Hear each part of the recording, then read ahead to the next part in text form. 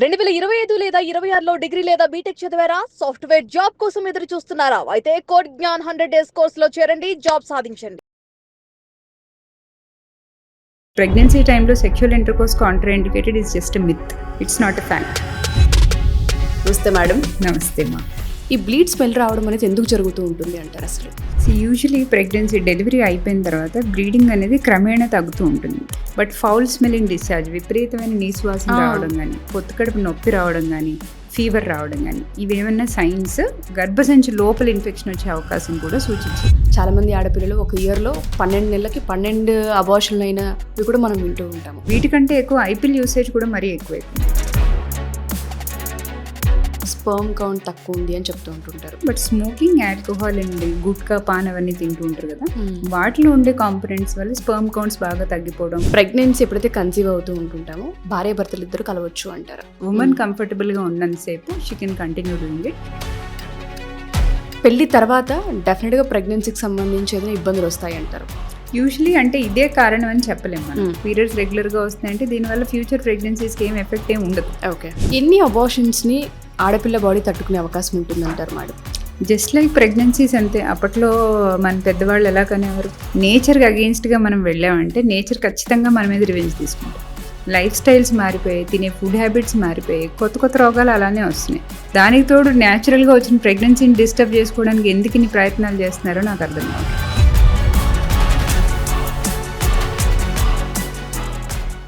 నమస్తే, welcome to Suman TV. నేను మా యాంకర్ ఉషా. చాలామంది ఆడపిల్లలకి ఒకసారి పెళ్లి జరిగిన తర్వాత ఎస్పెషల్లీ ప్రెగ్నెన్సీకి సంబంధించి చాలా డౌట్స్ ఉంటూ ఉంటాయి. ప్రెగ్నెన్సీ ఎప్పుడైతే కన్సీవ్ అవుతూ ఉంటుంటామో ఎలాంటి జాగ్రత్తలు పాటించాలి, అండ్ నార్మల్ డెలివరీ అవ్వాలంటే ఎటువంటి ఎక్సర్సైజ్ చేయాలి, ఏ ఫుడ్ తీసుకోవాలి, కింద కూర్చోవచ్చా కూర్చోకూడదా, ఏ టాబ్లెట్స్ వేసుకోవాలి, అండ్ ఎన్నిసార్లు డాక్టర్ని కన్సల్ట్ అవ్వాలి, ఏ స్కాన్స్ ఉంటాయి, ఇలాంటివి చాలా ఎన్నో డౌట్స్ ఉంటూ ఉంటాయి. వీటన్నింటికి సంబంధించి మనతో పాటు గైనకాలజిస్ట్ డాక్టర్ శ్యామలా గారు ఉన్నారు. అవినటికి తెలుసుకుందాం. నమస్తే మేడం. నమస్తే మా. ఒకసారి కన్సీవ్ అయిన తర్వాత ఆడపిల్ల అమ్మ అవుతున్నాను అన్న ఆనందం చాలా ఎక్కువగా ఉంటూ ఉంటుంది. ఈ ప్రాసెస్లోనే చాలా కన్ఫ్యూషన్స్ కూడా ఉంటూ ఉంటాయి. ఎస్పెషల్లీ మా జనరేషన్ ఆడపిల్లలకైతే చాలా విషయాలపైన అసలు అవగాహననే ఉండదు. వన్స్ పెళ్ళి తర్వాత ప్రెగ్నెన్సీ, ఈ జర్నీయే ఉంటూ ఉంటుంది. తల్లి అయిన తర్వాత కొన్ని జాగ్రత్తలు డెఫినెట్గా తీసుకోవాలంటూ ఉంటారు. అందులో హైజీన్కి సంబంధించి ఫస్ట్ మనం మాట్లాడితే, ఎప్పుడైతే మెనార్కి మనం చూస్తూ ఉంటుంటామో, పిబర్టీ మనం చూస్తూ ఉంటుంటామో, హైజీన్ అప్పటి నుంచే తీసుకోవాలంటుంటారు. వన్స్ ప్రెగ్నెంట్ అయిన తర్వాత inner wear hygiene, cloth hygiene, వాళ్ళకి ఏదైనా సరే వైట్ డిశ్చార్జ్ అవుతున్నప్పుడు తీసుకోవాల్సిన హైజీన్ ఏ విధంగా ఉంటుంది అంటారు? ఎలా తీసుకోవాలి అంటారు? బేసికలీ ఏంటంటే ప్రెగ్నెన్సీలో through out pregnancy normal vaginal discharge అనేది కొంచెం ఉంటూ ఉంటుంది. ఆ వైట్ డిశ్చార్జ్ ఎందుకు అవుతుంది? బ్లడ్ సర్క్యులేషన్ ఎక్కువ అవడం వల్ల గర్భసంచి దారి నుంచి కొంచెం వైట్ డిశ్చార్జ్ అవుతుంది. That is very normal. ఆ అయ్యే వైట్ డిశ్చార్జ్ ఎప్పుడు స్మెల్ ఉండదు, దానికి పెద్దగా కలర్ కూడా ఉండదు, ట్రాన్స్పరెంట్ ఆర్ లైట్ వైట్ కలర్లో ఉంటుంది. ఇలా కొంచెం డిశ్చార్జ్ అయినప్పుడు పెద్దగా వరి అవ్వాల్సిన పని ఉండదు. Anything which is abnormal in pregnancy, దేని గురించి మనం భయపడాలి అంటే change in the colour of the discharge. Correct గా ఉన్నది yellowish కలర్ లో అవడం కానీ, గ్రీన్ కలర్ డిశ్చార్జ్ అవడం కానీ, కర్డీ థిక్ ఫ్లేక్స్, పెరుగు తొరకలాగా అట్లా ఏదైనా డిశ్చార్జ్ అయితే సమ్ సార్ట్ ఆఫ్ ఇన్ఫెక్షన్ ఉండే అవకాశం ఉంటుంది. దాంతోపాటు కొన్నిసార్లు బాగా చెడు వాసన, నీసు వాసన లాంటిది రావడం, చాలా ఇబ్బంది పడుతూ ఉంటుంది, ఇచ్చింగ్ అవ్వడం, ఇలాంటివి ఉన్నప్పుడు this is not normal discharge. అలా అయితే మాత్రం అది నార్మల్ డిశ్చార్జ్ కాదు. వెంటనే ఒకసారి డాక్టర్ దగ్గరికి వెళ్ళి చెక్ చేయించుకుని ఆ డిశ్చార్జ్ ఎందుకు వస్తుందో తెలుసుకుని దానికి సంబంధించిన ట్రీట్మెంట్ వాడాలి. అయితే చాలా మంది అడుగుతూ ఉంటారు, ఇది ఎందుకు మాకు వస్తుంది ప్రెగ్నెన్సీలో, మాకు అసలు ఇన్ఫెక్షన్ ఎందుకు వస్తుంది అంటే, ప్రెగ్నెన్సీ టైంలో స్వతహాగానే మనకి ఇమ్యూనిటీ లెవెల్స్ కొంచెం తగ్గుతాయి. అండ్ సెకండ్ థింగ్, ఈస్ట్రోజన్ అనే హార్మోన్ చాలా ఎక్కువగా ఉంటుంది త్రూ అవుట్ ప్రెగ్నెన్సీ. దానివల్ల ఈ ఫంగస్ కొంచెం తొందరగా గ్రో అయ్యే అవకాశం కూడా ఉండొచ్చు. సో ఈ వీటి వల్ల వస్తుంది తప్ప పరిసే మనకి శుభ్రం లేకపోవడం వల్ల, లేదంటే ఇంకేదో చేయడం వల్ల వచ్చే అవకాశం అనేది చాలా తక్కువ. సో హైజీన్ ఎలా ప్రాక్టీస్ చేయాలి? చాలా మందికి ఒక అలవాటు ఉంటుంది, సోప్తో విపరీతంగా వెజైనా, ప్రైవేట్ ఏరియాస్ అన్ని క్లీన్ చేసుకుంటూ ఉంటారు. అది ఎప్పుడు చేయకూడదు. ఎస్పెషల్లీ ప్రెగ్నెన్సీ టైంలో అసలే చేయకూడదు. ఎందుకంటే వెజైనాలో అనేది ఒక నార్మల్ pH లెవెల్ మెయింటైన్ అవ్వాలి. pH 4.5 ఉండాలి. సోప్ అనేది ఎసిడిక్ ఉంటుంది అనమాట. సోప్తో క్లీన్ చేయడం వల్ల ఎన్వైరన్మెంట్ pH ఎప్పుడైతే బ్యాలెన్స్ తప్పుతుందో నార్మల్గా ఉండే బ్యాక్టీరియా అన్ని చచ్చిపోతాయి. ఓకే. ప్రతి ఏరియాలోనూ మన బాడీలో హెడ్ నుంచి టో వరకు ప్రతి ఏరియాలో ప్రొటెక్టివ్ బ్యాక్టీరియా అనేవి ఉంటాయి. అవును. ఆ బ్యాక్టీరియా ఎప్పుడైతే తగ్గిపోతాయో మనకి ఇమ్యూనిటీ తగ్గిపోతుంది కాబట్టి ఇన్ఫెక్షన్ వచ్చే అవకాశం ఎక్కువ ఉంటుంది. వెజనల్ ఏరియా కూడా సేమ్ అంతే. ఓకే. ఎప్పుడైతే మనం సోప్తో రిపీటెడ్గా క్లీన్ చేస్తామో ఆ పీహెచ్లో ఆల్టరేషన్స్ రావడం వల్ల న్యాచురల్ బ్యాక్టీరియా అంతా చనిపోయి ఈ బయట నుంచి వచ్చే బ్యాక్టీరియా ఏంటి, ఫంగస్ ఏంటి, ఇవి పెరిగే అవకాశం ఉండడం వల్ల ఆ ఇచ్చింగ్, ఆ స్మెల్ వచ్చే డిశ్చార్జ్ అలాంటివి వస్తాయి. సో ప్లెయిన్ వాటర్తో క్లీన్ చేసుకోవాలంతే. ఎప్పుడు వెజైనల్ క్లీన్ చేసుకున్నా కూడా స్నానం చేసిన తర్వాత మంచిగా కొంచెం ప్లెయిన్ వాటర్ తీసుకుని దాంతో వెజైనా మొత్తం క్లీన్ చేసుకుని ఆ ఏరియా ఎంతసేపు డ్రైగా ఉండేలాగా చూసుకోవాలి. ఇప్పుడు కొంతమందికి డిశ్చార్జ్ ఎక్కువ ఉంటుంది, కొంతమందికి చెమట ఎక్కువ పడుతుంది. అలా అనిపించినప్పుడు ఇన్నర్ వేర్ అనేది కొంచెం తొందరగా చేంజ్ చేసుకుంటూ ఉండాలి. వెట్ అనిపించింది దాన్ని ఎందుకు ఇంకా ఉంచడం, వెంటనే తీసేసి మళ్ళీ ఇంకొక డ్రై ప్యాంటీ వేసుకోవడం. అండ్ ప్రిఫరబుల్లీ కొంచెం గాలి తగిలేలాగా ఉండాలి కాబట్టి వీ సజెస్ట్ బాక్సర్స్ లాంటివి వేసుకోవడం ఇంకొంచెం బెటర్. ఓకే. సో దట్ కొంచెం సర్క్యులేషన్, ఎయిర్ సర్క్యులేషన్ అది ప్రాపర్గా అయితే వాళ్ళకి ఆ స్టాగ్నేట్ అయిపోయి ఇన్ఫెక్షన్ మళ్ళీ రాకుండా ఉంటుంది. ఓకే. మీరు చెప్పినట్టుగానే ప్యాంటీస్ అంటూ ఉన్నారు కాబట్టి చెప్తున్నాను. వన్స్ ప్రెగ్నెన్సీ ఎప్పుడైతే కన్సీవ్ అవుతూ ఉంటుంటామో బాడీని చాలా ఫ్రీగా ఉంచాలి. ఎస్పెషల్లీ పొట్ట భాగం దగ్గర నుంచి కింది వరకు ఎంత ఫ్రీగా ఉంటే అంత బాగా బేబీ గ్రో అవుతుంది, ఆ స్పేస్ క్రియేట్ అవుతుంది అంటుంటారు. ఇది ఎంతవరకు నిజమంటారు? ప్యాంటీస్ అవాయిడ్ ఏ మంత్ నుంచి స్టార్ట్ చేయాలి అవాయిడ్ చేయడం? ప్యాంటీస్ కంప్లీట్గా అవాయిడ్ చేయాల్సిన పని లేదు. కొంతమందికి ఏంటంటే అది అలవాటు అయిపోవడం వల్ల అది లేకపోతే వాళ్ళు సరిగ్గా ఉండలేరు. మోరోవర్ అయ్యే వెజైనల్ డిశ్చార్జ్ కొంచెం బయట డ్రెస్కి అది అంటున్నా వాళ్ళు బయటకు అది వెళ్ళినప్పుడు కంఫర్టబుల్గా ఉండరు. సో డెఫినెట్గా ప్యాంటీస్ వేసుకోవచ్చు, కానీ మరీ టైట్గా ఉన్న ప్యాంటీస్ అసలే వేసుకోకూడదు. ఓకే. అండ్ సెకండ్ ఏంటంటే వేస్ట్ లైన్ కింద కూడా వచ్చేలాగా అలాంటి బిగ్నీ ప్యాంటీస్ వేసుకోవడం ఇంకా బెటర్. బికాస్ పెద్దవి వేసుకునే కొద్దీ అది వెళ్ళి మళ్ళీ స్టమక్ మీదకి వస్తుంది. ఆ పొట్ట అంతా నొక్కుపోయి ఎలాస్టిక్ వల్లే సగం ప్రాబ్లమ్స్ వస్తాయి.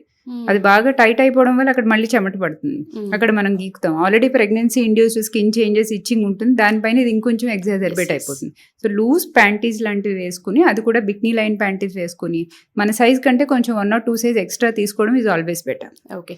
అండ్ ప్రెగ్నెన్సీలో జీన్సెస్, లెగ్గిన్స్ ఇట్లాంటివి చాలా అవాయిడ్ చేయమని చెప్తుంటారు. నో. బట్ మా జనరేషన్ ఆడపిల్లలకి అది అలవాటో లేదంటే అదొక ఫ్యాషనో తెలీదు, అదే ఎక్కువ కంఫర్ట్ని ఇస్తూ ఉంటుంది. 9th month వరకు కూడా వేసుకొని తిరిగే సందర్భాలు మనం చూస్తూ ఉన్నాం. వీటి వల్ల నిజంగా ఎఫెక్ట్ ఉంటుందా? డెఫినెట్గా. ఐ హ్యావ్ సీన్ చాలా మంది పేషెంట్స్ ఎవరైతే ఈ ప్యాంటీస్, వెరీ టైట్ ప్యాంటీస్ కానీ లేదంటే టైట్ జీన్స్ వేసుకోవడం, టైట్ లెగిన్స్ వేసుకోవడం వల్ల అసలు ఎయిర్ సర్క్యులేషన్ అనేది జరగదు.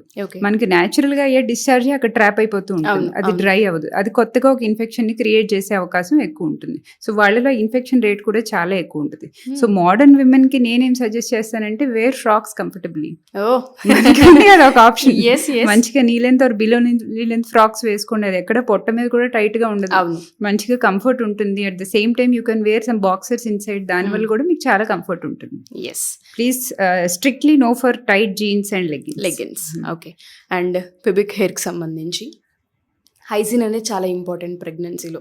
ఈవెన్ మీరు ఇందాక చెప్పినట్టు వైట్ డిశ్చార్జ్ కనిపించిన, స్వెట్ ఎక్కువ ఉన్న ఇమీడియట్గా ప్యాంటీస్ మార్చడం, ఓన్లీ మామూలు వాటర్తో క్లీన్ చేయడం, సోప్ కూడా అవాయిడ్ చేయమని చెప్తున్నారు.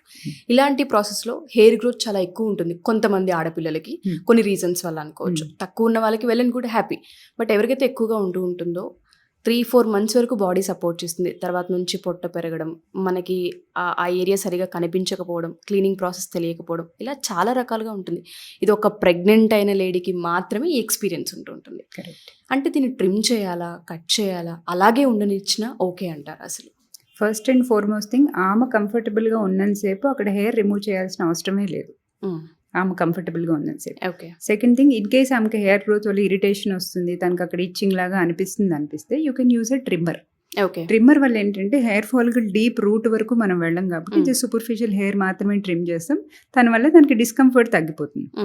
చాలా మందికి రేజర్ చేసే అలవాటు ఉంటుంది. ఆ రేజర్ చేయడం వల్ల మనం స్కిన్ ఫాలికల్ డీప్ రూట్ నుంచి తీసేస్తూ ఉంటాం కాబట్టి హెయిర్ ఫాలికులైటిస్ వచ్చే అవకాశం ఎక్కువ. ఫ్రిక్షన్ ఉండటం వల్ల ఖచ్చితంగా చాలా మందికి కంప్లైంట్ చేస్తూ ఉంటారు, అక్కడ చిన్న పొక్కుల్లా వచ్చాయి, చిన్న పింపుల్స్ లాగా వచ్చింది. That because of folliculitis, hair follicle infection వల్ల వస్తుంది. ఏమీ చేయకపోవడం బెస్ట్. ఇన్ కేస్ వాళ్ళకి ఇరిటేషన్ గా ఉంటే మాత్రం ట్రిమ్ చేయడం is always best. Just superficial part of the hair మాత్రమే తీయాలి. డీప్ గా చేయడం మాత్రం is not at all suggestible. Specially waxing లాంటివి అసలే నాట్ సజెస్ట్. ఎందుకంటే ఇప్పుడు అవి చాలా ఎక్కువైపోయాయి మనకి మార్కెట్ లో. మనకి కనిపించట్లేదు అన్న పాయింట్ ఒకటైతే, అక్కడికి వెళ్తే కొంచెం కంఫర్టబుల్ గా ఉంటుంది, డెలివరీ ప్రాసెస్ లో డాక్టర్ ఇరిటేట్ అవ్వకుండా ఉంటారన్న పాయింట్లు ఎక్కువ వెళ్తారు.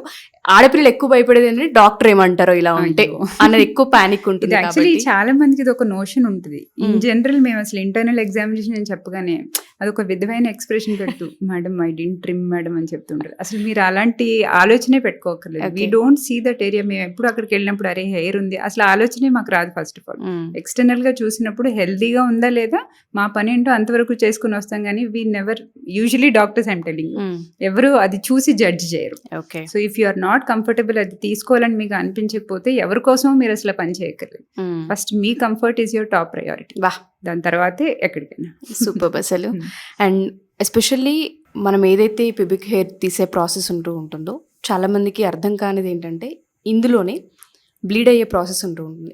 ఆఫ్టర్ డెలివరీ బ్లీడ్ అవ్వడం ఒక ఎత్తు అయితే, అయ్యే బ్లీడ్లో స్మెల్ గమనిస్తూ ఉంటుంటారు. పాపం చాలా ఇబ్బంది పడుతూ ఉంటారు. నలుగురు పక్కన కూర్చోలేరు. ఎవరన్నా బేబీని చూడడానికి విజిట్ చేసినా వీళ్ళు అన్కంఫర్ట్గా ఫీల్ అవుతుంటుంటారు. ఈ బ్లీడ్ స్మెల్ రావడం అనేది ఎందుకు జరుగుతూ ఉంటుంది అంటారు అసలు? యూజువలీ ప్రెగ్నెన్సీ డెలివరీ అయిపోయిన తర్వాత బ్లీడింగ్ అనేది క్రమేణా తగ్గుతూ ఉంటుంది. First initial 1 week to 10 days వరకు అందరికీ రెడ్ కలర్ ఫ్రాంక్ మన పీరియడ్ బ్లీడింగ్ ఎలా అవుతుంది అలానే కొంచెం ఎక్సెస్ బ్లీడింగ్ అవుతుంది. దాని తర్వాత కలర్ చేంజ్ గమనిస్తారు. It becomes light brown. దాని తర్వాత yellowish గా అవుతుంది. దాని తర్వాత వైట్ కలర్ లో అవుతుంది. This is the normal transition of bleeding. ఈ చేంజెస్ అన్ని యూజువలీ 6 నుంచి 8 వారాల్లో కంప్లీట్ అయిపోతాయి అందరికి. అయితే ఈ ట్రాన్సిషన్ పీరియడ్ ఏదైతే ఉంటుందో, ఈ బ్లడ్ ఏదైతే ఉంటుందో కొన్నిసార్లు ఏంటంటే అదొక కల్చర్ మీడియా లాగా యాక్ట్ చేస్తుంది. బ్లడ్ ఎక్కడైనా ఉన్నప్పుడు వెజైనాలో ఎక్కువసేపు ఉండిపోయింది అనుకోండి, మనం ప్యాడ్ ఫ్రీక్వెంట్ గా సరిగ్గా చేంజ్ చేయలేదు, అప్పుడు ఇట్ కెన్ ఇన్ఫెక్షన్ రావచ్చు. బికాస్ కల్చర్ మీడియా లాగా యాక్ట్ చేస్తుంది కాబట్టి నార్మల్ గా కొంచెంగా ఉన్న ఆర్గానిజం కూడా బాగా పెద్దగా పెరిగిపోయే అవకాశం ఉంటుంది. సో అందుకే ఈ పీరియడ్ లో కొంచెం ఇన్ఫెక్షన్ వచ్చే అవకాశం కూడా చాలా ఎక్కువ. అందుకే మేము ఖచ్చితంగా పేషెంట్ ఇంటికి పంపించేటప్పుడు ఈ వార్నింగ్ సైన్స్ చెప్తాం. ఈ కలర్ చేంజ్ ఒకటే ఉంటే nothing to worry. But foul smelling discharge, విపరీతమైన నీసువాసన రావడం కానీ, పొత్తుకడుపు నొప్పి రావడం కానీ, ఫీవర్ రావడం కానీ, ఇవేమన్నా సైన్స్ గర్భసంచి లోపల ఇన్ఫెక్షన్ వచ్చే అవకాశం కూడా సూచించవచ్చు. Even fever also. ఎస్. ఈ కాంబినేషన్ ఎప్పుడైనా ఉంటే మాత్రం దయచేసి ఒకసారి మీ డాక్టర్ దగ్గరికి వెళ్ళి is it normal or not ఒకసారి చెక్ చేయించుకోండి. సెకండ్ థింగ్, స్మెల్ నార్మల్గా కూడా వస్తుంది ఇన్ఫెక్షన్ లేకుండా, ఎందుకంటే చాలా ఎక్కువసేపు అదే ప్యాడ్ ఉంచుకుంటుంది. సో దానివల్ల ఉంటుంది. సో ఫ్రీక్వెంట్గా ఇప్పుడు మీకు కొంచెం పెద్ద సైజ్ నాప్కిన్స్ తీసుకోమని అందుకే చెప్తాం. మెటర్నిటీ ప్యాడ్స్ సెపరేట్గా ఉంటాయి, అవి వాడుతూ మీకు అది వెట్ అయింది మీరు కంఫర్ట్ లేరు అని అనుకోగానే అట్లీస్ట్ 4 hours ఒకసారి చేంజ్ చేసేస్తూ ఉండాలి. ఓవర్ నైట్ కూడా అంతే, మధ్యలో బేబీకి ఫీడ్ అవ్వడానికి లేచినప్పుడు కూడా 4 hours ఒకసారి మీరు అది చేంజ్ చేసుకుంటూ ఉంటే మీకు స్మెల్ అనేది స్టాగ్నేట్ అవ్వకుండా ఉంటుంది. బట్ స్మెల్ తో పాటు if you feel there is pain, fever ఉంటే మాత్రం ఇమ్మీడియట్ గా this is a warning sign. దీన్ని మనం మెడికల్ టర్మ్స్ లో ప్యూర్పరల్ సెప్సిస్ అని కూడా అంటారు. అంటే గర్భసంచి లోపల వచ్చే ఇన్ఫెక్షన్. ఇది this is one of the sign. వెంటనే డాక్టర్ దగ్గరికి వెళ్ళాలి. స్మెల్ తో పాటు ఎక్కువ ఫీవర్ ఉండడం కూడా ఇది fever, warning sign and pain. Okay. And ఎప్పుడైతే డెలివరీ జరుగుతూ ఉంటుందో ఎన్ని అవర్స్కి ఒకసారి డెఫినెట్గా ప్యాడ్ని చేంజ్ చేయాలి అంటారు. అంటే కొంతమంది బ్లీడింగ్ తక్కువ అవుతుంది అని చెప్పి ఒక ప్యాడ్ని 8 hours కూడా ఉంచేస్తూ ఉంటుంటారు. ఇది ఎంతవరకు కరెక్ట్ అంటారు అసలు? యూజువలీ బ్లీడింగ్ దాన్ని బట్టి చాలా మంది ఒక రోజంతా ఉంచుకుంటూ ఉంటారు. అసలు అలా ఎప్పుడు చేయకూడదు. బేసిక్గా ఏంటంటే నేను చెప్పినట్టు ఆ బ్లడ్ కల్చర్ మీడియాలో యాక్ట్ చేసి లేని ఇన్ఫెక్షన్ కొత్తగా క్రియేట్ అయ్యే అవకాశం ఉంటుంది. 4 maximum 6 hours. 6 hours కంటే యూజువల్లీ ప్యాడ్ ఉంచడం అంత మంచిది కాదు. అది పూర్తిగా వెట్ అయినా సోక్ అవనా అనవసరం. 4 to 6 hours ఒకసారి యూ చేంజ్ ఇట్, మళ్ళీ ఇంకొకటి రీప్లేస్ చేసుకోండి. ఆ ఏరియా ఎప్పుడు డ్రైగా ఉంచుకునేలాగా చూసుకోవాలి.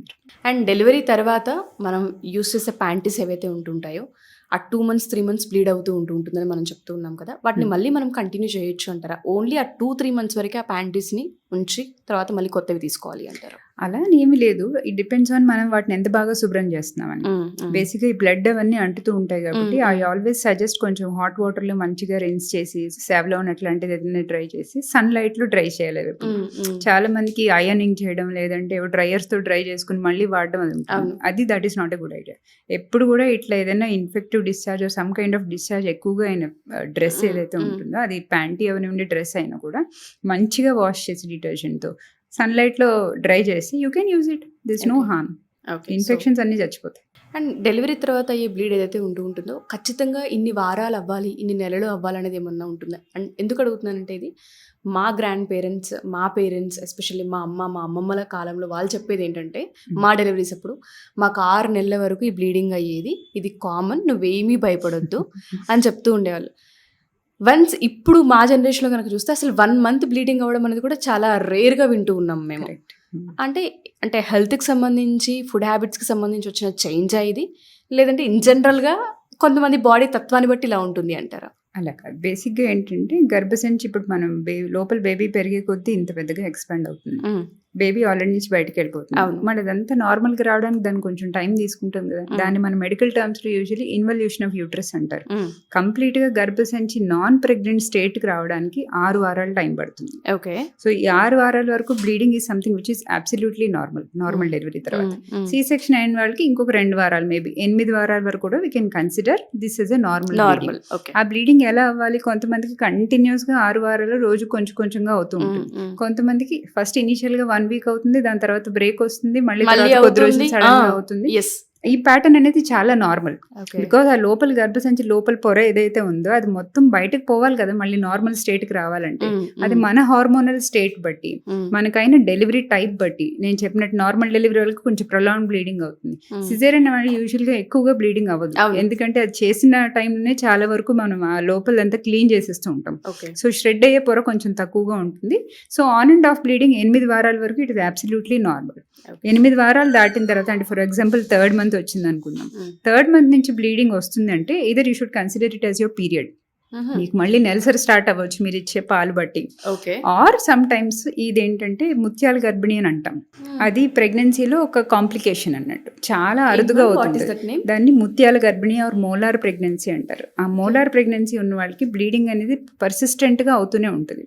మేము యూజువల్లీ ఒక పేషెంట్ 2 నెలలు దాటిపోయిన తర్వాత కూడా కంటిన్యూస్గా హెవీ బ్లీడింగ్తో వస్తుందంటే ఇమీడియట్గా స్కాన్ అండ్ బీటా హెచ్సిజీ చేపిస్తాం.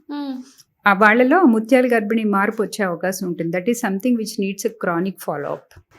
దానివల్ల అంటే డ్యామేజ్ ఏమైనా ఉంటుందా? ఎస్, నార్మల్ టర్మ్ ప్రెగ్నెన్సీ తర్వాత కూడా కొంతమందికి ఇది ఇలా చేంజ్ వచ్చేలా అవకాశం ఉంటుంది. దీన్ని ఏంటంటే యూజువల్లీ మెడిసిన్స్ అలాంటివి ఇస్తాం, అవి రిగ్రెస్ అయిపోవడానికి. దీన్ని ఫాలో అప్ చేస్తాం అనమాట.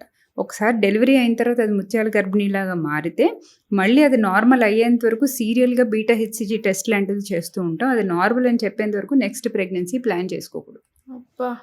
సో 2 మంత్స్ తర్వాత కూడా ఇంకా కంటిన్యూస్గా హెవీ బ్లీడింగ్ అవ్వడం కానీ, చిన్న చిన్న వెసైకిల్స్ లాగా అంటే నీటి బుడగలు లాంటివి వెజైనా నుంచి బయటకు వెళ్ళడం కానీ ఇలా అవుతుంటే మాత్రం ఇట్స్ అన్ అలార్మింగ్ సైన్. వెంటనే డాక్టర్ దగ్గరికి వెళ్ళాలి. ఎస్పెషల్లీ ఈ పార్ట్ వరకు ఎవరైతే చూస్తూ ఉంటారో అండి, వన్స్ నార్మల్ డెలివరీ అయినా సి సెక్షన్ అయినా సరే మీకు బ్లీడ్ అయ్యే ప్రాసెస్ 2 మంత్స్ దాటి అవుతుందంటే డెఫినెట్గా అది హై అలర్ట్. అవసరం ఉన్నా లేకపోయినా ఒక్కసారి గైనిక్ దగ్గరికి వెళ్ళి మాత్రం విజిట్ చేయండి. అండ్ హైజీన్కి సంబంధించి మాట్లాడే ప్రాసెస్లో ఇంటిమసీకి సంబంధించి మనం మాట్లాడితే, వన్స్ ప్రెగ్నెన్సీ తీసుకోవాలనుకుంటున్నాం, ప్రెగ్నెన్సీ ప్లాన్ అయిపోయింది, ఓకే. ప్రెగ్నెన్సీ ఎప్పుడైతే కన్సీవ్ అవుతూ ఉంటుంటామో మీట్ అవ్వచ్చా అని అడుగుతూ ఉంటుంటారు. కొంతమందికి అదొక పానిక్ అటాక్స్ ఉంటుంటాయి. ఒకసారి గర్భధారణ ఎప్పుడైతే వస్తూ ఉంటుందో భార్యాభర్తలు ఇద్దరు కలవచ్చు అంటారు. కలిస్తే ఏ మంత్లో కలవచ్చు? ఐడియల్గా ఎవిడెన్స్ ప్రకారం అయితే భార్యాభర్త కలవడం వల్ల ప్రెగ్నెన్సీలో కొత్తగా వచ్చే కాంప్లికేషన్స్ ఏవి ఉండవు. బేబీకి హామ్ అవ్వడం కానివ్వండి ఏమీ ఉండవు, అబ్సల్యూట్లీ ఏమీ ఉండవు. కాకపోతే ఒకవేళ ఆ ప్రెగ్నెన్సీ టైంలో మాయ కిందకు ఉండడం, ప్లెజెంటా ప్రీవియా అని ఒక కండిషన్ ఉంటుంది. అది 12 వీక్స్ స్కాన్ అప్పుడు కొన్నిసార్లు చెప్తూ ఉంటారు మాయ కంప్లీట్గా కిందకు ఉందని. అలాంటి సిచ్యువేషన్స్లో మాత్రం ఇంటర్ కోర్స్ అవాయిడ్ చేస్తే మంచిదని మీ డాక్టరే మీకు చెప్తారు. ఎందుకంటే ఇంటర్ కోర్స్ చేసిన టైంలో కొన్నిసార్లు ప్లెజెంటా డిస్టర్బ్ అయ్యి బ్లీడింగ్ అయ్యే అవకాశం ఉంటుంది కాబట్టి అలాంటి కండిషన్లో డెఫినెట్గా అవాయిడ్ చేయాలి. Or any source of infection, already ఆమెకి ఫీవర్ ఉంది, వెజైనా నుంచి ఒక ఫౌల్ స్మెల్లింగ్ డిశ్చార్జ్ వస్తుంది, మనకి ఇన్ఫెక్షన్ అండ్ సస్పిషన్ ఉన్నప్పుడు ఇంటర్ కోర్స్ చేయడం వల్ల మళ్ళీ ఈయనకు వస్తుంది, ఆర్ ఇన్ఫెక్షన్ ఇంకొంచెం అగ్రవేట్ అయ్యే ఛాన్స్ ఉంటుంది కాబట్టి అది అవాయిడ్ చేయమని చెప్తాం. బట్ అదర్వైజ్ ప్రెగ్నెన్సీ టైంలో sexual intercourse contraindicated is just a myth. It's not a fact. చేయొచ్చు, హ్యాపీగా మూవ్ అవ్వచ్చు as long as they are comfortable. Women కంఫర్టబుల్గా ఉన్నంతసేపు she can continue doing it. And చాలా మందికి స్ట్రెస్ కూడా తగ్గుతుంది దీనివల్ల. అండ్ ఎర్లీ ప్రెగ్నెన్సీలో కూడా యూజువలీ చెప్తున్నాం కదా, there is Okay. No contraindication. అది ఈ month, చేయొద్దు ఆ month అనేది అనేది ఎక్కడ ఏమీ రూల్ లేదు. లేదు, ఏమీ Okay. లేదు. As long as women is comfortable. కొంతమందికి ఏంటంటే ఎక్స్ట్రీమ్లీ హైపర్ సెన్సిటివ్ ఉంటుంది, బికాస్ సిమెన్లో కూడా ప్రోస్టాగ్లాండిన్స్ కొంచెం ఉంటాయి. ఆ ప్రోస్టాగ్లాండిన్స్ వల్ల కొంతమందికి యూట్రైన్ కాంట్రాక్షన్స్ వచ్చే అవకాశం ఉంటుంది, గర్భసంచిలో కొంచెం కాంట్రాక్షన్స్ వచ్చి బ్లీడింగ్ లాంటిది కనపడే అవకాశం ఉంటుంది. అలా ఏదైనా కనిపించిన వాళ్ళకి మాత్రం నో చెప్తాం. ఓకే. అలా లేని వాళ్ళకి మాత్రం there is no contraindication, వాళ్ళు చేయొచ్చు. ఓకే. అండ్ ఇదే ప్రాసెస్ ఒకవేళ భార్య డెలివరీ అయిపోయింది, ఎన్ని మంత్స్ తర్వాత మళ్ళీ వాళ్ళు మీట్ అవ్వచ్చు అంటారు? నార్మల్ డెలివరీ అయితే ఎలా ఉంటుంది, సి సెక్షన్ అయిన వాళ్ళకి ఎలా ఉంటుంది అంటారు? Usually 6 weeks, minimum 6 weeks usually కలవకుండా ఉంటే మంచిది. ఓకే. 3 వీక్స్ తర్వాత ఒకవేళ వాళ్ళు కలిసిన కాండోమ్స్ కంపల్సరీ వాడుకోవాలి, అంటే ఏదో ఒక రిలయబుల్ కాంట్రసెప్షన్ వాడాలి. బట్ 6 వీక్స్ ఇది ఐడియల్, ఎందుకంటే నేను చెప్పినట్టు ఇందాక గర్భసంచి నార్మల్ సైజ్కి రావడానికి ఎంత టైం పడుతుందో, మన యోని భాగంలో ఉన్న మజిల్స్ అవన్నీ నార్మల్కి రావడానికి, మన డెలివరీ వల్ల మన బాడీలో వచ్చిన చేంజెస్ అన్ని నార్మలైజ్ అవ్వడానికి మినిమం 6 వీక్స్ పడుతుంది. సో ఈ 6 వీక్స్ అనేది వెరీ ఇంపార్టెంట్ పీరియడ్, అందుకే ప్యూర్పరం అంటారు దీన్ని. ఈ 6 వీక్స్ దాటిన తర్వాత they can start having intercourse.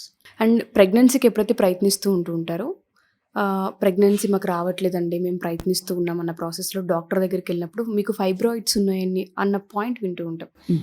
ఈ ఫైబ్రాయిడ్స్ వల్ల నిజంగానే ప్రెగ్నెన్సీ డిలే అవ్వడం కానీ, ప్రెగ్నెన్సీ అసలు రాకపోవడం కానివ్వండి, ఉండే అవకాశం ఉంటుంది అంటారా? బేసికలీ ఈ ఫైబ్రాయిడ్స్ అనేవి గర్భసంచి మజిల్లోంచి తయారయ్యే గడ్డలు. ఇవి మోస్ట్లీ నాన్ క్యాన్సరస్, క్యాన్సర్ కారకాలు కావు. ఇవి గర్భసంచి మజిల్లో వస్తే జెనెటిక్ ఇన్ఫ్లుయెన్స్ వల్ల మోస్ట్లీ వస్తాయి. ఓకే. అయితే అన్ని ఫైబ్రాయిడ్స్ ప్రెగ్నెన్సీని డిస్టర్బ్ చేయవు.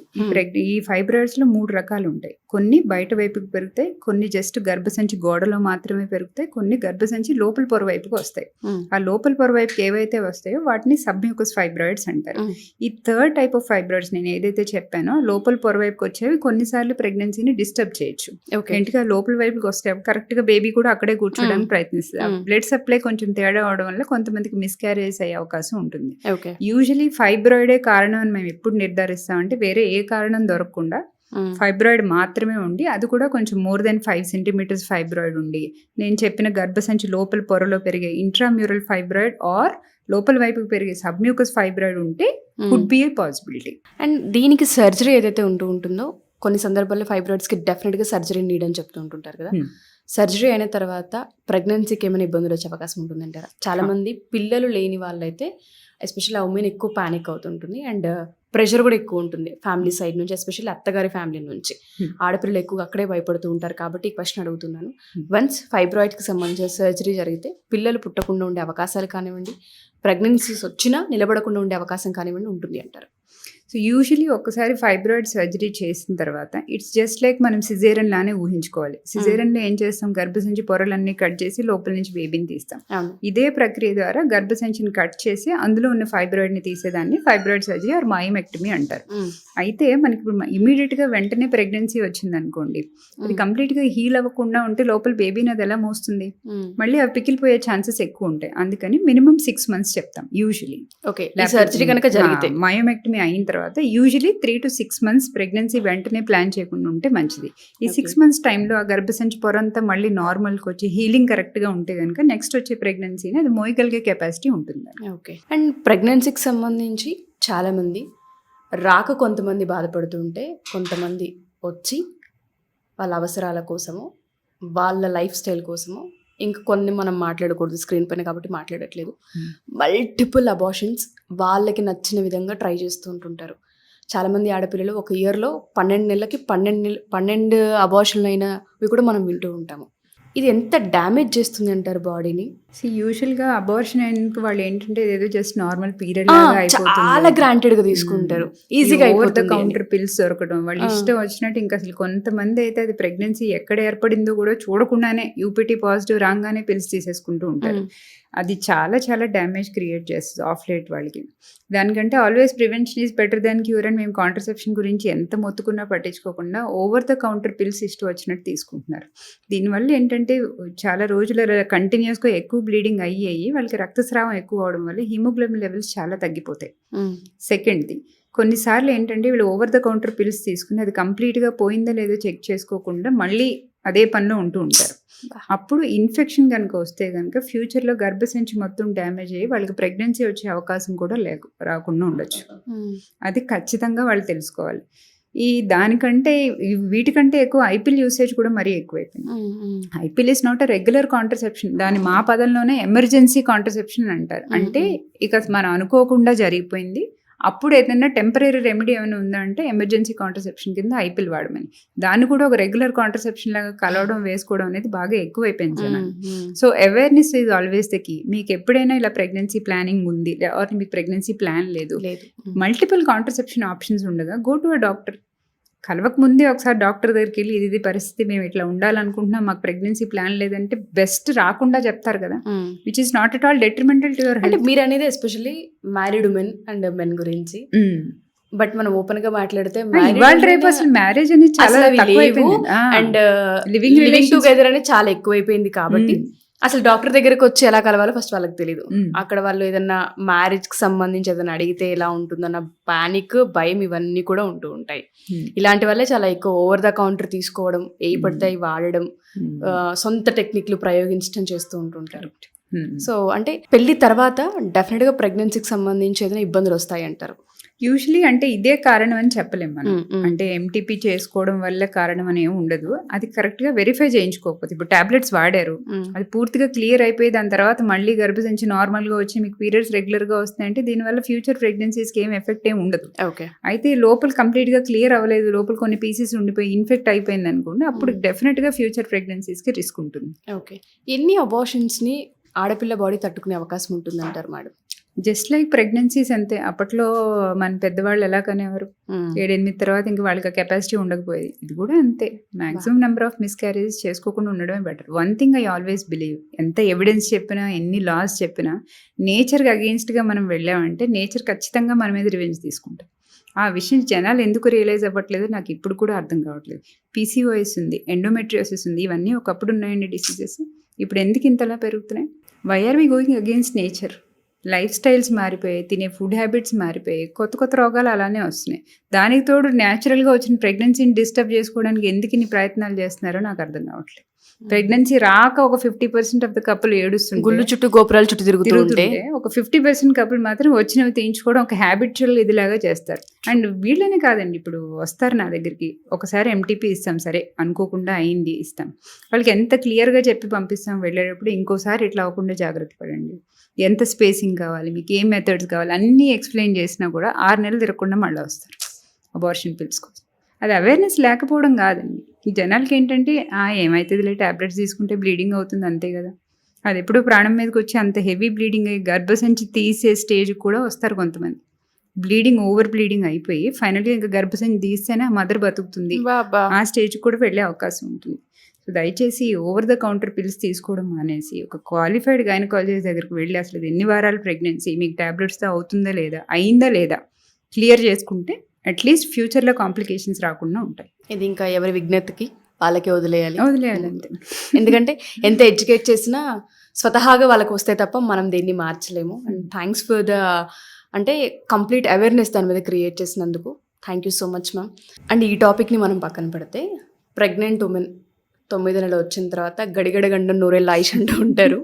ఎస్పెషల్లీ నేను నా కొడుకు పొట్టలో ఉన్నప్పుడు కూడా ఈ రోజు అవుతుందా రేపు అవుతుందా, చిన్న కిక్ వచ్చినా అమ్మో ఇది నొప్పులు అనుకుంటా అనే భయం నాకు ఉండేది. 2 చుట్లు పేగు మెడ వేసుకున్నాడు, 3 చుట్లు వేసుకున్నాడు అని చెప్తూ ఉంటారు. ఎందుకంటే నాకు అది ఎక్స్పీరియన్స్ ఉంది. మా అబ్బాయి ఏకంగా 3 పేగులు మెడకి ఇలా చుట్టుకున్నాడు, 3 వరుసలు చుట్టుకున్నాడు అని చెప్పడం విన్నాను. ఈ పేగు మెడ వేసుకోవడం అనేది ఎలా ఉంటుంది అసలు, అంటే ఇది డేంజర్ అయ్యే అవకాశం ఉంటుంది అంటారా అసలు? యూజువల్గా పేగు మెడని ఎందుకు వేసుకుంటాడు బాబు? పేగు అనేది ఎక్కడ ఉంటుంది? బేబీ బొడ్డు దగ్గర నుంచి మాయ వరకు ఒక కనెక్షన్ ట్యూబ్నే పేగు అంటారు. సో బేబీ కడుపులో ఉన్నంతసేపు రింగ్ రింగ్ రింగ్ రింగ్ తిరుగుతూనే ఉంటాడు. వాడు తిరిగే క్రమంలో కొన్నిసార్లు ఆ పేగు అడ్డం వస్తుంది కాబట్టి వాడు దాని నుంచి కూడా తిరిగేసి వేసుకుంటాడు. అది కొన్నిసార్లు ఒక బేబీకి 1 రౌండ్ ఉండొచ్చు, 2 రౌండ్స్ ఉండొచ్చు, 3 రౌండ్స్ ఉండొచ్చు. But as long as length of the card is more, అంటే కార్డ్ బాగా పెద్దగా ఉందనుకోండి వాడికి అది లూజ్ గానే ఉంటుంది, ఏదో మెడలో కాసితాడు వేసినట్టు తిరుగుతూనే ఉంటుంది. అయితే కొంతమంది పిల్లలకి కార్డ్ బాగా లెంత్ షార్ట్ అయిపోయింది అనుకోండి, వాళ్ళకి తిరగడానికి ప్లేస్ టైట్ అయిపోతుంది, తిరగడం మానేస్తాడు first. That's a warning sign. Okay. Cord round the neck ఉన్నా కూడా ప్రాబ్లం లేదు కానీ మనకి డేంజర్ సైన్స్ ఎలా తెలుస్తాయి? ఫస్ట్ వాడికి తిరగడానికి ఖాళీ దొరకదు ఇంకా. కాబట్టి వాడి మూమెంట్స్ తగ్గిపోతాడు. మూమెంట్ తగ్గినప్పుడు ఒకసారి ఇమీడియట్గా హాస్పిటల్కి వెళ్ళాలి. వీడు ఎందుకు తగ్గిపోయాడు, అంతా బాగానే ఉందో లేదని ఎన్ఎస్టీ గ్రాఫ్ లాంటివి తీస్తారు. ఆ 20 నిమిషాలు ట్రేస్ తీసినప్పుడు నిజంగా అది బాగా మెడకి టైట్ అయిపోతే వాడి హార్ట్ బీట్ లో అవడం మనకి క్లియర్గా కనిపిస్తుంది అందులో. అప్పుడు డెసిషన్ తీసుకోవాలి ఇమీడియట్గా సిజేరియన్కి. ఓకే. ఇన్ కేస్ ఎన్ఎస్టీ అంతా బాగానే ఉందనుకోండి, కాస్త వాడికి ఐవి ఫ్లూయిడ్ ఇచ్చి మీరు ఏదో తినంగానే వాడు మళ్ళీ తిరిగిపోతున్నాడంటే అంత పెద్దగా వరి అవ్వాల్సిన పని ఉండదు. అది చాలా రేర్. పేగు మెడకుండి బేబీకి కడుపులో ఉండగా కాంప్లికేషన్ అవ్వడం అనేది చాలా చాలా అరుదు. ఓకే. మేము చూసిన కేసెస్లో మహా అయితే ఒక 1000 కేసుల్లో ఒకటి అలా చూస్తామేమో అంతే. బట్ యూజువలీ పేగు మెడకుండడం వల్ల బేబీకి వచ్చి పెద్దగా డేంజర్ ఏమీ ఉండదు. అండ్ అదొక రీజన్ గా చూపించి సిజేరియన్ చేయించుకోవడం అనేది పెద్దగా ఫూలిష్నెస్.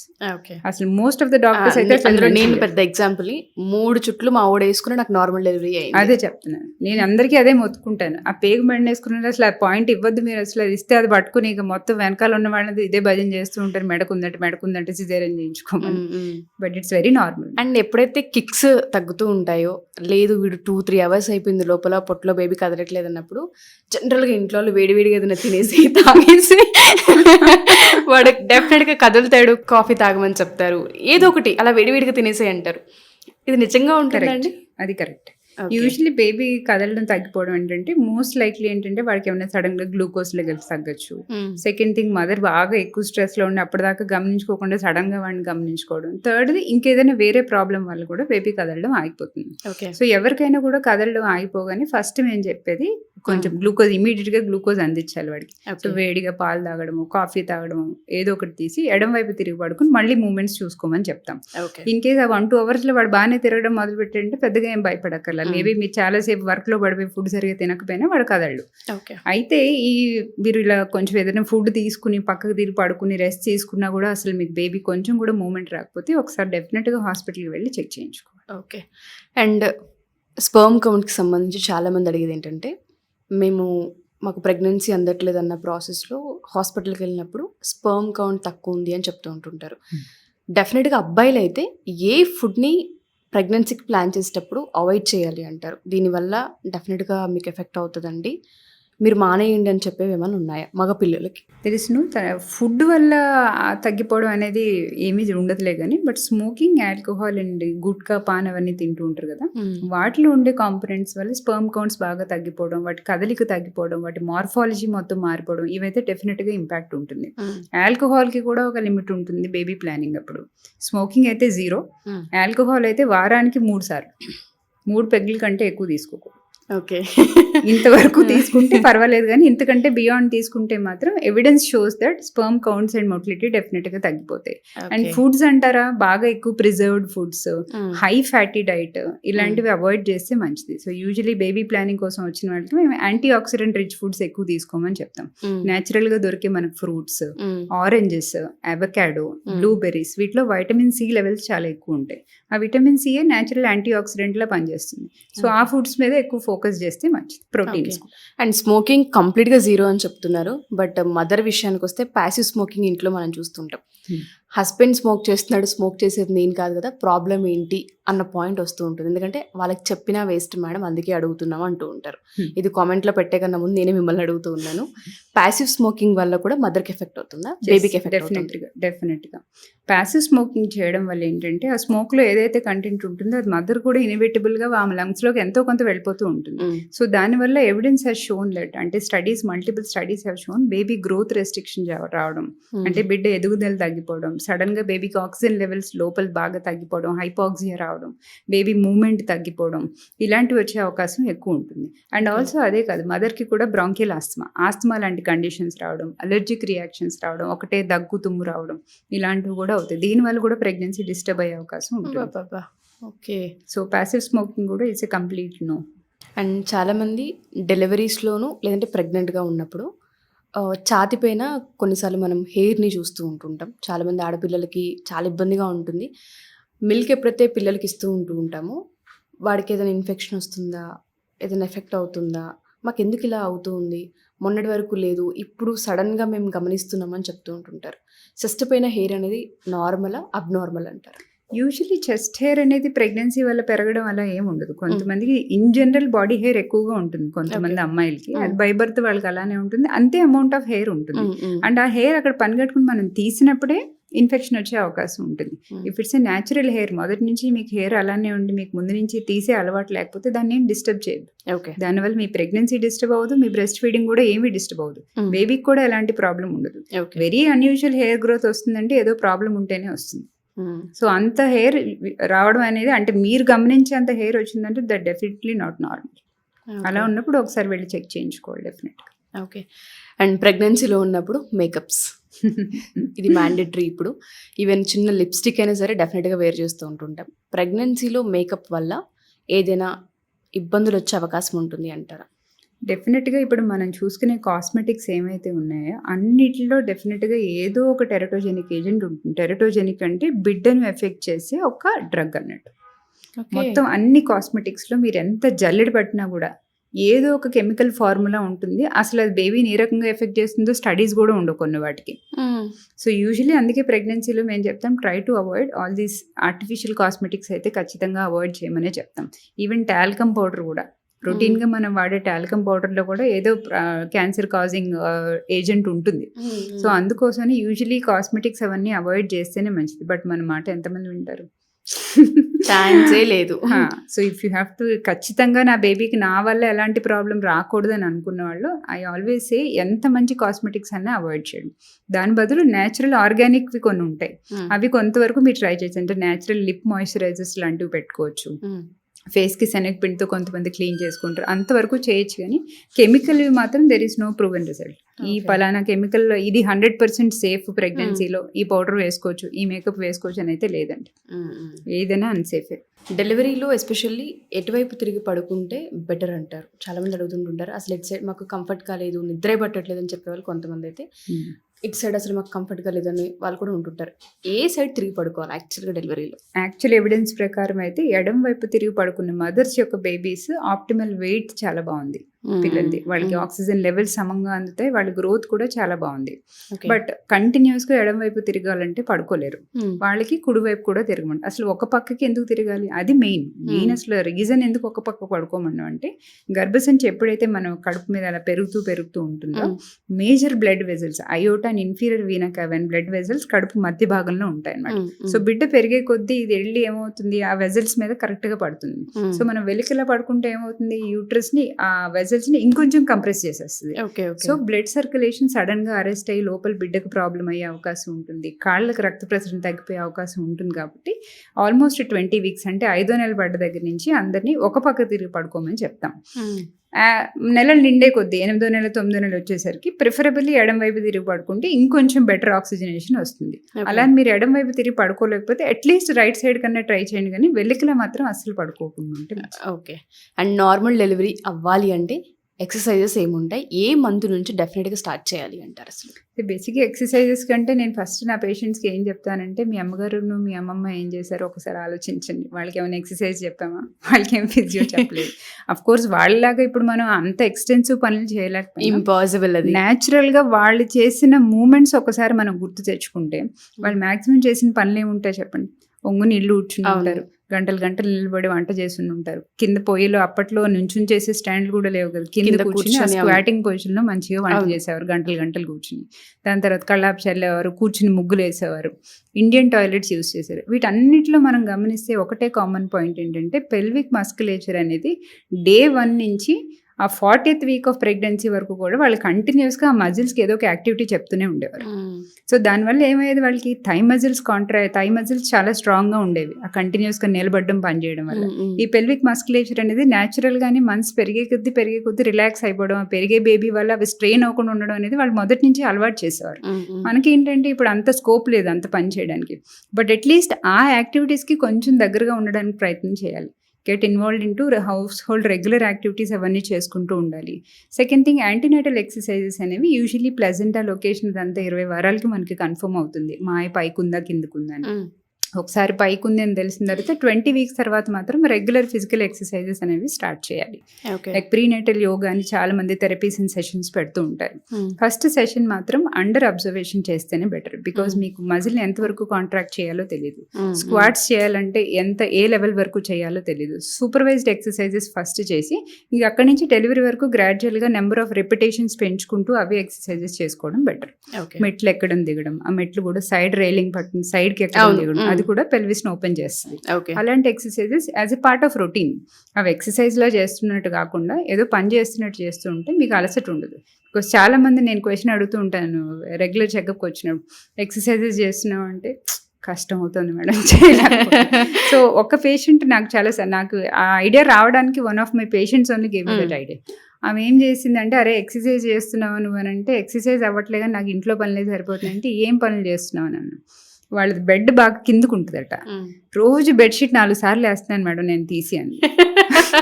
బెడ్షీట్ వేసినప్పుడు కూర్చుంటుంది కదా, కూర్చుంటుంది, టక్ చేస్తుంది, ఆ మూమెంట్తో ఆమెకి పెళ్లిస్ అంత ఆమెకి నార్మల్ డెలివరీ అయింది.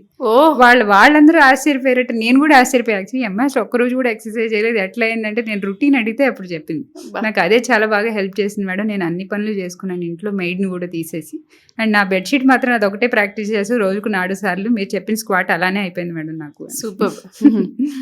అండ్ బ్రాస్ విషయానికి వస్తే, ప్రెగ్నెన్సీలో ఉన్నప్పుడు చాలామందికి బ్రీత్ ఆడట్లేదు అంటూ ఉంటారు, కొంతమంది అంత టైట్నింగ్ కూడా యూస్ చేయకూడదు అంటూ ఉంటారు, కొంతమంది డెఫినెట్గా వేర్ చేయాలంటూ ఉంటారు. ఖచ్చితంగా వేర్ చేయాలి అంటారా? ఏ మంత్ నుంచి వేర్ చేయాలి? దీనికి సంబంధించి ఏదైనా రూల్ ఉంటుంది అంటారా మ్యామ్? బేసిక్గా ప్రెగ్నెన్సీలో బ్రెస్ట్ చేంజెస్ అనేవి ఇనీషియల్గానే స్టార్ట్ అయిపోతాయి. హార్మోనల్ చేంజెస్ వల్ల బ్రెస్ట్ సైజ్ పెరగడం, వాటికి బ్లడ్ సప్లై ఎక్కువ పెరగడం వల్ల ఎక్కువ టెండర్గా ఉంటుంది, అంటే ముట్టుకుంటే చాలా మందికి నొప్పిగా పెయిన్ వస్తూ ఉంటుంది. సో ఫస్ట్ నుంచి వెరీ టైట్ బ్రాస్ అవన్నీ చేసుకోవడం ఇవన్నీ ఇట్స్ నాట్ సజెస్టబుల్. అయితే కొంతమందికి బ్రా వేసుకోకపోతే కంఫర్టబుల్గా ఉండలేరు కాబట్టి వేరే సైజ్, ఒక next size 1 or 2 sizes extra తీసుకుని జస్ట్ కంఫర్ట్ కోసం మాత్రమే వేసుకోవాలి. కొంతమందికి స్పోర్ట్స్ బ్రాస్ లాంటివి అలవాటు ఉంటుంది, మరీ ఎక్కువ టైట్గా ఉన్నవి వేసుకోవడం is not at all suggested. So మీకు కంఫర్ట్ ఉండేలాగా అవి ఓవర్ హ్యాంగ్ ఆర్ లూజ్ అయిపోకుండా ఒక కంఫర్టబుల్ సైజ్ తీసుకుని అది రెగ్యులర్గా యూజ్ చేయడం వల్ల వచ్చి హామ్ ఏమి ఉండదు. టైట్ బ్రాస్ మాత్రం వేసుకోకుండా ఉంటేనే మంచిది, ఆ పెయిన్ ఇంకొంచెం ఎక్కువైపోతుంది. ఓకే. అండ్ మీరు పెయిన్ గురించి మాట్లాడుతున్నారు కాబట్టి అడుగుతున్నాను, చాలా మందికి ఇంటిమసీ ఏదైతే ఉంటుందో మాకు చాలా పెయిన్ అనిపిస్తుంది అని చెప్తుంటారు. మ్యారేజ్ ఎన్నేళ్ళు అయిందంటే 2 ఏళ్ళు అయిపోయింది, 1 year అయిపోయింది, స్టిల్ మాకు పెయిన్ ఉందని చెప్తుంటుంటారు. ఇది నార్మలా అబ్నార్మలా మేడం? ఇది కొందరిలో అబ్నార్మలే, కొందరిలో నార్మలే. రీసెంట్గానే నేను ఒక పేషెంట్ని చూశాను, ఒక 4-5 రోజుల క్రితం వచ్చారు. మ్యారేజ్ అయ్యి 1 year 2 months అవుతుంది, ప్రెగ్నెన్సీ రావట్లేదు, అందుకని ఒకసారి కనుక్కుందామని వచ్చారు. హిస్టరీ అంతా అడిగితే హిస్టరీలో ఏమీ దొరకలేదు, ఇద్దరిది అంతా బాగానే ఉంది, ఆమెకి రెగ్యులర్ సైకిల్. సరే ఒకసారి ఇంటర్నల్ ఎగ్జామినేషన్ చేద్దామని చూస్తే ప్రతి అమ్మాయికి ఏంటంటే వెజైనల్ ఆరిఫైస్ యోని భాగం ఏదైతే ఎంట్రన్స్ ఉంటుందో అక్కడ హైమన్ అనే ఒక పొర ఉంటుంది, అది మనకు పుట్టుకతోనే వస్తుంది.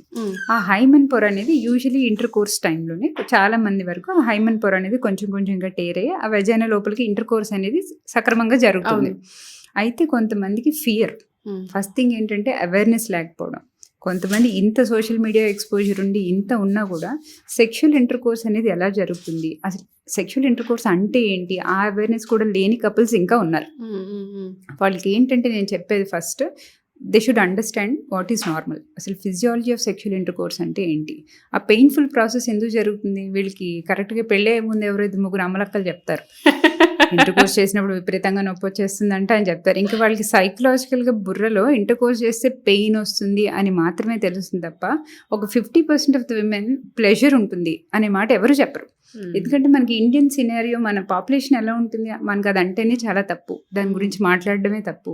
ఏ పేరెంట్స్ అయినా వాళ్ళ పిల్లలతో డిస్కస్ చేయడం చూస్తారు, నో వన్ పెళ్లికి ముందు అసలు అది మాట్లాడడం చాలా తప్పు విషయం. అసలు దాని గురించి మాట్లాడడం, అలాంటి సీన్స్ వచ్చినా మనం వెంటనే టీవీ ఆఫ్ చేసి పక్క వెళ్ళిపోతూ ఉంటాం. అలాంటి కండిషన్స్లో మనం పెరుగుతాం కాబట్టి చాలా మందికి అవేర్నెస్ ఉండదు. సో వాళ్ళు భయంతోనే ఫస్ట్ ఇంటర్ కోర్స్ స్టార్ట్ చేస్తారు. ఆ భయం వల్ల ఏంటంటే తెలియకుండానే ఆ యోని చుట్టూరా ఉన్న మజిల్స్, వెజైనల్ మజిల్స్ ఏవైతే ఉంటాయో అక్యూట్ కాంట్రాక్షన్లోకి వెళ్ళిపోతాయి. ద మినిట్ వాళ్ళు అది స్టార్ట్ చేయంగానే మొత్తం మజిల్స్ అన్ని ఇలా కాంట్రాక్ట్ చేయడం వల్ల, ఫ్రీజ్ చేసేయడం వల్ల ఓపెనింగ్ అనేది అసలు ఓపెన్ అవ్వదు. సో హస్బెండ్ ట్రై చేసినా వాళ్ళు ఏమనుకుంటారు, ఆ పొర వరకు వెళ్ళడం బయటకు రావడం అదే నార్మల్ ఇంటర్ కోర్స్ అనుకుంటారు. వాళ్ళు కూడా అంత మేధావులు ఉన్నారు. సో 1 ఇయర్‌లో వాళ్ళకి అసలు ఇంటర్ కోర్సే జరగలేదు. ఇంక పిల్లలు ఎక్కడి నుంచి పుడతారు? సో వీళ్ళకి ఏంటంటే sexual education is very important. అసలు ఇంటర్ కోర్స్ అంటే ఏంటి? ఆ టైంలో మన మైండ్‌ని ఎలా మనం ఉంచుకోవాలి? ఫోర్ ప్లే ఇంపార్టెన్స్ ఏంటి? ఫోర్ ప్లే చేయడం వల్ల మన వెజైనాలో న్యాచురల్‌గా వచ్చే సెక్రీషన్స్ వస్తాయి. ఆ సెక్రీషన్స్ వల్ల ఆటోమేటిక్‌గా అదే లూబ్రికెంట్ లాగా పనిచేసి ఇంటర్ కోర్స్ చేయడానికి ఎక్కువగా హెల్ప్ చేస్తూ ఉంటుంది. సో ఈ అవేర్‌నెస్ రావాలంటే ఫస్ట్ పెళ్ళైన వెంటనే మీరు ముందు ఒక గైనకాలజిస్ట్‌ని కలిసి ఇదంటే ఏంటి? మాకు పెయిన్ రాకుండా ఉండాలంటే ఏం చేయాలి, ఏ పద్ధతుల ద్వారా చేయాలి, ఎలా తెలుసుకోవాలి, ఏది నార్మల్, అది ఫస్ట్ తెలుసుకోవడం ఈజ్ ఆల్వేస్ ఇంపార్టెంట్. మీ అందరికీ యాక్సెస్ ఉంది కదా ఇప్పుడు, డైరెక్ట్గా వెళ్ళలేకపోతే అట్లీస్ట్ ఫోన్లో ఆన్లైన్ కన్సల్టేషన్ తీసుకోండి. బేసిక్స్ అంటే ఏంటో చెప్తారు, ఆ టైంలో మీరు ఎలా ఉండాలి, మీకు పెయిన్ రాకుండా ఉండాలంటే మీరు ఏం చేయొచ్చు, ఇవన్నీ చెప్తారు మీకు. దాన్ని బట్టి ఈ పెయిన్ అనేది చాలా వరకు అవాయిడ్ చేయొచ్చు. అయితే కొద్ది మందిలో, ఇది మ్యాక్సిమం 90% కపుల్స్లో అది నార్మల్ సిచ్యువేషన్, వాళ్ళకి తెలియక చేయరు. 10% మందిలో ఏంటంటే ఆ హైమన్ అనేది చాలా ఎక్కువ థిక్ అండ్ ఫైబ్రోస్డ్గా ఉండిపోతుంది అనమాట. సో వాళ్ళు ఇంటర్ కోర్స్ చేయడానికి ట్రై చేసినా వీళ్ళకి చాలా ఎక్కువ పెయిన్ వచ్చేస్తుంది. అట్లాంటి వాళ్ళకి మాత్రం హైమెనెక్టమీ అని ఒక చిన్న ప్రొసీజర్ చేస్తాం. ఆ పొర ఏదైతే ఉందో అదే మేము సర్జికల్గా ఇన్సైజ్ చేస్తాం. దాని తర్వాత ఇంటర్ కోర్స్ బాగానే చేయగలుగుతారు. ఈ వెజైనిస్మస్ కాంపోనెంట్ ఏదైతే ఉందో నేను చెప్పాను, మజిల్స్ అన్ని గట్టిగా కాంట్రాక్ట్ చేసేది, అది చాలా మందికి మనం సైకలాజికల్ థెరపీ వీళ్ళకి చెప్పడం వల్ల అవుతుంది. కొంతమందికి దానికంటే కొంచెం ఎక్కువ స్టేజ్లో ఉంటారు. వాళ్ళకి ఏంటంటే ఇప్పుడు అడ్వాన్స్ ట్రీట్మెంట్స్ కూడా వచ్చాయి. దానికి సంబంధించిన ఫిజియోథెరపీ చేస్తాము, అండ్ దానికి కొన్ని స్పెసిఫిక్ డైలేటర్స్ ఉంటాయి, డైలేటర్ థెరపీ చెప్తాము. అది కూడా వర్కౌట్ అవ్వకపోతే బోటాక్స్ ఇంజెక్షన్స్ లాంటివి ఉంటాయి, అది కూడా ట్రీట్మెంట్స్ ఉన్నాయి. సో ట్రీట్మెంట్ లేని జబ్బు ఇంకా ఏమి రాలేదు కాబట్టి దయచేసి మీకు ఏదైనా ప్రాబ్లం ఉంటే ఫస్ట్ డాక్టర్ దగ్గరికి వెళ్ళి మీ ప్రాబ్లం ఏంటో ఐడెంటిఫై చేస్తే దానికి మేము సొల్యూషన్ ఇవ్వగలుగుతాం. డెఫినెట్గా ma'am. And especially last and ఫైనల్గా మిమ్మల్ని అడుగుతూ ఉన్నాను, మీ 12 ఏళ్ళ ఎక్స్పీరియన్స్లో ఏదైనా సరే బాగా వీళ్ళు కొంచెం ముందొచ్చున్నా బాగుండేది, మీకు చెమటలు పట్టే అంతలా వణికిపోయి ఏదైనా అయిపోతుందేమో బేబీ కార్ తల్లికి అన్న సిచ్యువేషన్ ఏదైనా ఉందా? అంటే అవేర్నెస్ కోసం అడుగుతున్నాను. మిమ్మల్ని కూడా ప్యానిక్ చేసిన కేసు ఏదైనా మీరు చూసారు? ఎస్, ఒకటే. మా మెడికల్ కెరియర్లో కొన్ని డిసీజెస్ ఉంటాయి, అవి మేము అసలు చూడకూడదు అని అనుకుంటాం in our entire career. Because అలాంటి కొన్ని సిచ్యువేషన్స్ మనం అసలు సేవ్ చేయలేం. అలాంటి ఒక సిచ్యువేషన్ నేను చూశాను. ఆ మదర్ 7th month వచ్చే దగ్గర నుంచి ఆమెకి చాలా ఎక్కువ హై బ్లడ్ ప్రెషర్ ఉండేది. సో బీపీ మేము మానిటర్ చేస్తున్నాం, రెగ్యులర్ ఫాలోఅప్కి పిలుస్తుంటే తను చాలా ఇర్రెగ్యులర్గా ఉండేది, రెగ్యులర్గా చెకప్స్కి వచ్చేది కాదు. 8th month నుంచి బీపీ ఎట్లా అయిపోయిందంటే 180, 200 అట్లనే ఉండేది. సో నాకు డౌట్ వచ్చింది, ఇంకొకసారి మనం హార్ట్ ఇవాల్యుయేషన్ అది చేయించాలని. ఆమె ఫాలోఅప్కి రాలేదు. నేనే రిపీటెడ్గా కాల్ చేస్తూ ఉండేది, నా బీపీ ఏమవుతుందో, బీపీ వల్ల ఏమైనా ఫిట్స్ వస్తాయని. ఒకరోజు వచ్చింది, ఎలా వచ్చిందంటే మనిషి మొత్తం ఉప్పుగా అయిపోయారు అనమాట, నీరు వచ్చేసింది మొత్తం, ఫుల్ బీపీతో వచ్చింది. వస్తే ఇమ్మీడియట్గా బీపీ రెడ్యూస్ చేసి మేము కార్డియాక్ దీనికి పంపించాం. ఆమెకి ఏంటంటే ఆయాసం వచ్చేస్తుంది బాగా, ఆయాసం వస్తుందని కార్డియాలజిస్ట్ దగ్గరకు పంపిస్తే ఆయన వెంటనే స్కాన్ చేసి మాకు ఇమ్మీడియట్గా చెప్పాడు ఇది పెరిపార్టమ్ కార్డియోమయోపతి అని. అది చాలా అరుదుగా వచ్చే ఒక కార్డియాక్ కండిషన్, ప్రెగ్నెన్సీలో మాత్రమే 7, 8, 9 నెలల్లో వచ్చే అవకాశం ఉంటుంది. అది వచ్చింది అంటే పేషెంట్ బతికింది అంటే ఆమె అదృష్టం. ఆ కండిషన్ చాలా చాలా రేర్గా ఉంటుంది, కానీ వచ్చిందంటే ఇమీడియట్గా ఇంకా ట్రీట్మెంట్ చేయాల్సిందే, అడ్మిట్ చేసి హార్ట్కి సంబంధించిన టాబ్లెట్స్ అవన్నీ పెట్టి ఇమీడియట్గా డెలివరీ చేయాలి. అయితే వాళ్ళకి ఫైనాన్షియల్ అఫోర్డబిలిటీ లేదు అప్పట్లో. కార్డియాలజిస్ట్ సెటప్ వెళ్ళాలంటే మనం కార్డియాలజిస్ట్ దగ్గర పంపించాలంటే వెళ్ళాలి కదా. అప్పట్లో నేను వర్క్ చేసేది ఒక 2 tier సిటీలో చేసేదాన్ని, టౌన్లో చేసేదాన్ని. అక్కడ అంత పెద్దగా ఫెసిలిటీస్ కూడా లేవు. ఇమ్మీడియట్గా ఆమెని షిఫ్ట్ చేసి పెద్ద గవర్నమెంట్ హాస్పిటల్కి పంపించమన్నారు, మెడికల్ కాలేజ్కి పంపించాం. వెళితే అక్కడ వెళ్ళినా ఇమ్మీడియట్గా సిజేరియన్ చేశారు, కానీ బేబీని బతికించగలిగారు, కానీ మదర్ని ఐ లాస్ట్ దట్ మదర్. ఇప్పటికీ నాకు అమ్మాయి మొహం అలా కనిపిస్తూనే ఉంటుంది. పెరిపార్టమ్ కార్డియోమయోపతి సంథింగ్, అసలు అదొక నైట్ మేర్, రావద్దు. వచ్చిందంటే ఇంక అసలు ఒక ట్రామా ఎలా ఉంటుందంటే ఒక 2-3 సంవత్సరాల వరకు నాకు అసలు చాలా భయం అనిపించేది. ఏ పేషెంట్ నార్మల్ బీపీ చూసినా కూడా ఇది అదేనేమో ఎక్స్టెన్సివ్ ఇవాల్యుయేట్ చేయడం. But once in a while అలాంటి కేసు వస్తే మాత్రం పేషెంట్స్కి మరీ జాగ్రత్తగా చెప్పేది, మీ డాక్టర్ ఇన్స్ట్రక్షన్స్ ఫాలో అవ్వండి. ఏ చిన్న కాంప్లికేషన్ వచ్చినా దాన్ని నెగ్లెక్ట్ చేయొద్దు. ఏదో రీజన్ లేకుండా వాళ్ళు మళ్ళీ 15 daysకి రమ్మనరు కదా, అది వెళ్ళుంటే అట్లీస్ట్ మనం అర్లీగా కొంచెం ట్రీట్మెంట్ చేస్తుండేవాళ్ళు. అందుకే చెప్తూ ఉంటుంటారేమో, స్కాన్స్ ఇంపార్టెంట్, విజిట్స్ ఇంపార్టెంట్, వాళ్ళు చెప్పినట్టు ఫాలో అవ్వండి, రెగ్యులర్ చెకప్స్ మోస్ట్ ఇంపార్టెంట్ అని. ఆ కేసు మీరు చెప్పడం నాకు అది నిజంగా డైజెస్ట్ అవ్వట్లేదు. విన్న నాకే అలా ఉంటే ఎక్స్పీరియన్స్ చేసిన డాక్టర్స్కి అది ఎలా ఉంటుందో I know. But anyway lot of information, no words. చేసుకుంటూ వెళ్తే చాలా ఇన్ఫర్మేషన్ మీ దగ్గర నుంచి గ్యాదర్ చేయొచ్చు అనిపిస్తుంది. డెఫినెట్గా ఇంకో పాడ్కాస్ట్ మీతో ప్లాన్ చేస్తాను. అండ్ అడగగానే చాలా దూరం నుంచి వచ్చి చాలా ఇన్ఫర్మేషన్ ఏదైతే ప్రస్తుతానికి ప్రెగ్నెంట్తో ఉన్న ఆడపిల్లకి కావాలో, ప్రెగ్నెంట్ కాబోతున్న ఆడపిల్లకి కావాలో చాలా ఇన్ఫర్మేషన్ ఇందులో చెప్పారు. Thank you ma'am, thank you so much. Thank you.